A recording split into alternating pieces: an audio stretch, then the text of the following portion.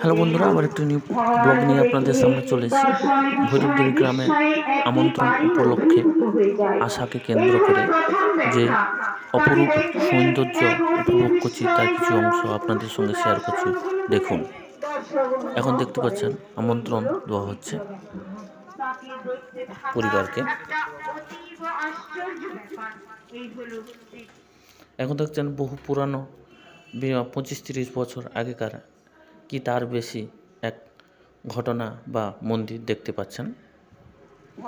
এখন সেইখানে হরিওম বা স্বরূপানন্দের যে জন্ম উৎসব চলছে ভৈরবদেবী গ্রামে, তার কিছু দৃশ্য আপনারা দর্শন করছেন।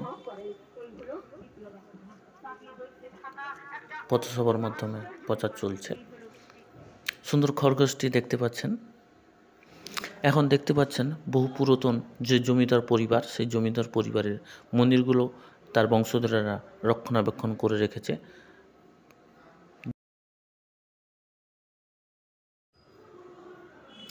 আজ এই পর্যন্ত। ভালো থাকবেন। যদি ভালো লেগে থাকে লাইক, কমেন্ট, শেয়ার, সাবস্ক্রাইব করবেন। ধন্যবাদ সবাইকে।